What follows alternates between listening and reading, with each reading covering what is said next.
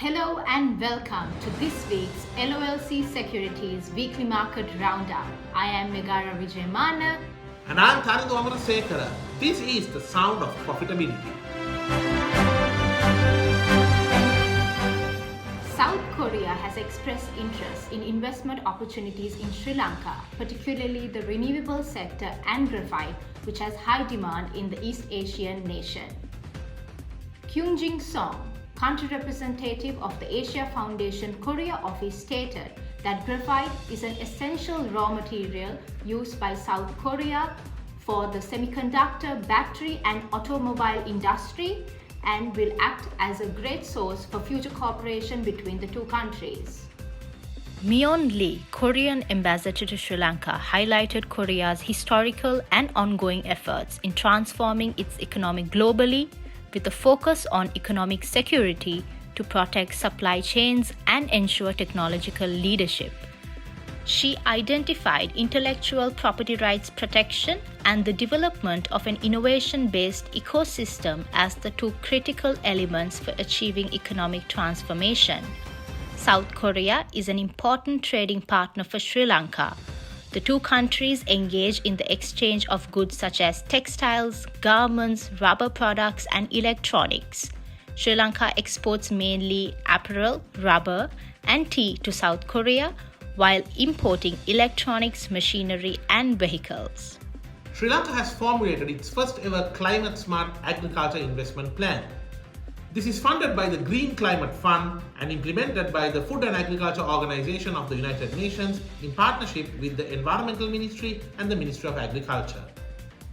The strategy involves collaboration with government bodies, the private sector, and academia to develop innovative investment mechanisms.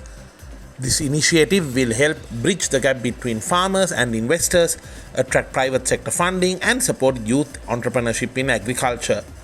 Sri Lanka, with its tropical climate, is highly susceptible to the effects of climate change, consistently ranking among the top 10 countries at risk of extreme weather events according to the Global Climate Risk Index. The 20 billion rupee IPO by LTL Holdings Limited, which is one of the biggest of recent times, is up for subscriptions on this Monday, 2nd of September, and will have its official opening on the 10th of September. The CSE has approved in principle an application submitted by LTL Holdings for the listing of its ordinary voting shares by way of an offer for subscription on the main board or the Resavi board of the Colombo Stock Exchange. Of the offer for subscription, the initial issue will be 1,103,448,300 ordinary voting shares at 14.5 rupee per share, raising 16 billion rupees, and there will be a further issuance of approximately 275 million ordinary voting shares at 14.5 rupees per share, worth 4 billion rupees.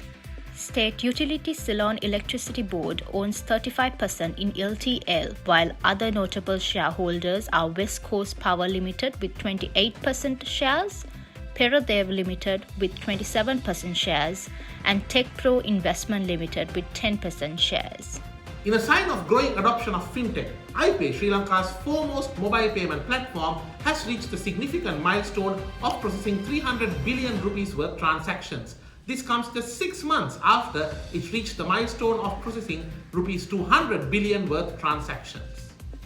The platform's user-friendly interface, available in Sinhala, Tamil and English, ensures inclusivity and ease of use for a diverse audience. Features like hassle-free registration via a simple selfie, 3-step bill payments, and secure fund transfers demonstrate iPay's commitment to simplicity and efficiency. It has also won the Gold Award for Best Mobile Application for Retail Payments via JustPay and the Gold Award for the Most Popular Digital Product, Internet and Mobile Banking at Technovation Awards 2024. Hatton National Bank of Sri Lanka said that it was given the go-ahead by its board to enter talks and enter into a non-binding offer to buy the Bangladesh unit of Bank Alfalah. HNB stated in a stock exchange filing that further communication will be done after the board finalizes its decision after due diligence, regulatory clearances and negotiations are made. Bank Alfalah is a multinational bank which has presence in the UAE, Bahrain, Pakistan, Afghanistan, and Bangladesh.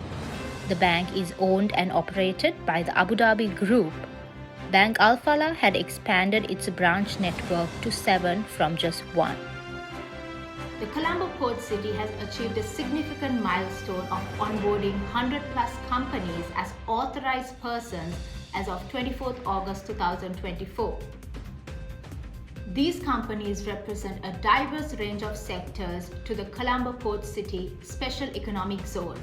Sectors include IT, finance, professional services, real estate development, tourism, and so on. These achievements align with Port City Colombo's vision to attract high-value FDIs, whilst the diverse range of companies reflects the Special Economic Zone's focus on service-oriented sectors. These developments are projected to generate demand for 30,000 to 50,000 square meters of office space in Port City Colombo. The business centre, a premier IT and commercial park located at the heart of Port City in the financial district, is scheduled to launch in November 2024. And now the international highlight of the week. The Eurozone inflation is falling as predicted. The European Central Bank is expected to cut rates given the easing pressure on the overall prices. However, the common sentiment among many central bankers in the European region are that rather than a recession, a soft landing is more likely for the European economy in the coming few months.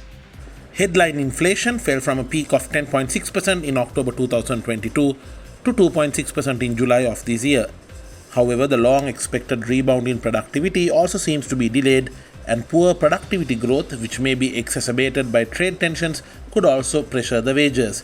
The Finnish Central Bank chief, Olli Rehn, said that weak economic growth raises the case for a September rate cut as well. And that's it for this week's LOLC Securities Weekly Market Roundup. No matter what investment decision you make it with the right intel. We will see you in a brand new week.